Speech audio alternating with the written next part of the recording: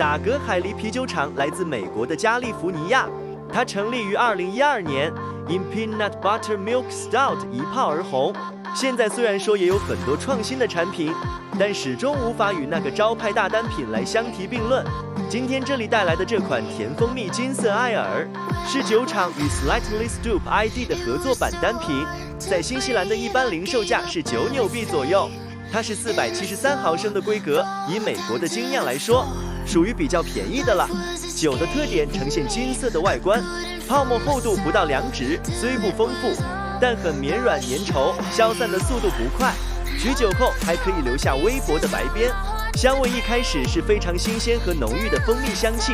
极度甜美的感觉，十分的诱人。这也是这个酒全程我觉得最美好的一瞬间。很快这股蜂蜜元素就会消散，改为以麦芽为核心的香味体系。啤酒花的个性不太明显，香味浓度也不高，它的沙口感略偏高，顺滑感一般。气泡混合着浓郁的麦芽香味，成为了前调的主干，带来了非常清爽的气息。酒体略轻，苦度很低，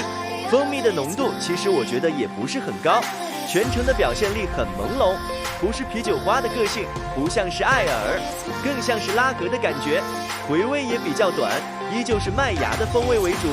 嘴里会留下那种典型的涩涩的感觉，温暖感也比较低，整体有点雷声大雨点小的意思。本来开罐的时候蜂蜜味真的很不错，但散得太快了，入口到回味的部分，蜂蜜的元素甚微，完全不足以将其称为主题。酒的质地单薄，浓度不高，妥妥的淡啤类型，喝着会比较无趣，倒是比较适合新人来找感觉。酒圈老炮儿估计是不会回购的。再看一眼酒标上的美女与海狸头骨，本以为会带来一些小小的刺激，但最终看来是有点多虑了。